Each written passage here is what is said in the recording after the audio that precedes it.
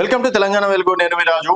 ఈరోజు తెలంగాణ రాష్ట్ర కేబినెట్ లో కీలక విషయాలు తీసుకునే అవకాశం ఉంది. అందులో ముఖ్యంగా రైతు భరోసా గురించి కీలక నిర్ణయాలు తీసుకునే అవకాశాలు ఉన్నాయి. ఎందుకంటే ఇది వానాకాలం సీజన్ కాబట్టి సో ఎరువుల విషయంలో జాగ్రత్తలు కావచ్చు, రైతులకి ఎటువంటి ఇబ్బందులు లేకుండా ఒకవేళ గతంలో కొనుక్కున్నటువంటి రైతులని రైతు వేదిక ద్వారా భద్రపరిచిన విషయాలు అంటే రైతుల గురించి అంటే కీలక నిర్ణయాలు తీసుకునే అవకాశం ఉంది. తర్వాత బడి బాట కార్యక్రమాల్లో కూడా కొన్ని కీలక నిర్ణయాలు తీసుకునే అవకాశాలు ఉన్నట్లు కూడా తెలుస్తుంది. అలాగే ఈసారి హైలైట్ ఏంటంటే ప్రతిసారి ఇక్కడ కేబినెట్ లో అంటే గతంలో యాదగిరిగుట్ట కావచ్చు, తర్వాత సమ్మక్క సారలమ్మ దగ్గర నిర్వహించడం కావచ్చు, ఇట్లా ప్రతిసారి ప్రతి నెల ఏదో ఒకటి కొత్తదనంగా కేబినెట్ లో కనిపిస్తుంది. ఈసారి కేబినెట్ లో ఏంటంటే ఉద్యోగులు ప్రభుత్వ ఆఫీసర్లు లేకుండానే ఈసారి కేబినెట్ నడిపించే అవకాశం ఉన్నట్లు కూడా తెలుస్తుంది.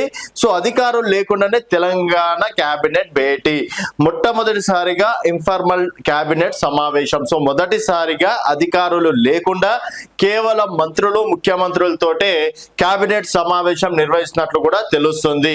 మరి ఎందుకు అధికారులు లేకుండా కేబినెట్ సమావేశం నిర్వహిస్తున్నారు? దానికి గల కారణాలు ఏమైనా ఉన్నాయా అంటే కూడా కొన్ని కీలక కారణాలు కూడా చెప్పుకోవచ్చు. అలాగే అజెండాను మంత్రులకు పంపని జిఏడి ఇప్పటి వరకు మంత్రులకు సంబంధించి కేబినెట్ లో చర్చించే అవకాశాలు కావచ్చు, దానికి సంబంధించి విషయాలు జిఏడి మాత్రం పంపలేదు అని చెప్పేసి కూడా తెలుస్తుంది.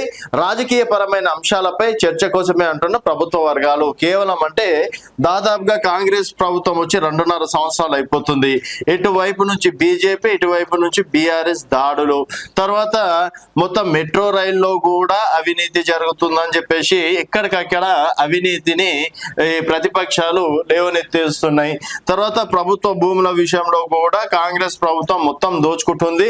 భవిష్యత్ తరాలకు అసలు భూములే లేకుండా పోయినాయి. ఎక్కడ ఒక గజం కనిపించినా కూడా అక్కడ లీజుకో లేకపోతే కాంట్రాక్టర్లకు ఇచ్చేయడం ఏదో ఒకటి చేసేస్తుందని చెప్పేసి దుమ్మెత్తి పోస్తున్నారు. తర్వాత కాంగ్రెస్ ప్రభుత్వం పాస్ అయ్యిందా ఫెయిల్ అయ్యిందా ఈ 2.5 సంవత్సరాల్లో? పరిపాలన, ఎమ్మెల్యేల పనితీరు కావచ్చు, మంత్రుల పనితీరు కావచ్చు, ఇలాంటి కీలక విషయాలు కూడా ఈరోజు మాట్లాడే అవకాశం అన్నట్లు తెలుస్తుంది. సో ఇంటి రచ్చ బయటకి ఈడ్చకుండా, ఎందుకంటే కేబినెట్ ఏదైనా నిర్ణయం తీసుకుందంటే అది వితిన్ 5 minutes లో ప్రతిపక్షాలకి వార్తలు వెళ్తున్నాయి. సో ఇక్కడ ఎవరు ఏ అధికారిని మనం నిందించలేము, ఎందుకంటే ఒక 10 మంది అధికారులు ఉంటారు. ఎవరు కోవట్లు, ఎవరు ప్రభుత్వానికి పనిచేస్తున్నారు అనేది కూడా అర్థం కాని విషయం. గతంలో కూడా చాలా విషయాలు ఇట్లా కేబినెట్ లో చర్చ జరుగుతూనే ఉంటది. ఆన్ ద స్పాట్ అక్కడ ప్రతిపక్షాలకు ఆ న్యూస్ వెళ్తూనే ఉంది. మరి అధికారులను అనాలా లేకపోతే మంత్రులే కొంతమంది కోవట్లు ఉన్నటువంటి పరిస్థితి అన్నది అర్థం కాక ఈసారి అధికారులు లేకుండా కేబినెట్ నిర్వహిస్తున్నారు.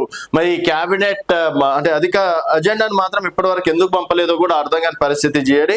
రాజకీయ పరమైన అంశాలు ఇంకేమన్నా తీసుకునే అవకాశం ఉంటుందా? రానున్న ఎమ్మెల్సీ ఎన్నికలు కావచ్చు, రానున్న జిహెచ్ఎంసీ ఎన్నికలు కావచ్చు, జెడ్పీటీసీ ఎంపీటీసీ ఎన్నికలు పెట్టాలా వద్దా, ఇట్లాంటి కీలక నిర్ణయాలు కూడా తీసుకునే అవకాశం ఉన్నట్లు కూడా తెలుస్తుంది.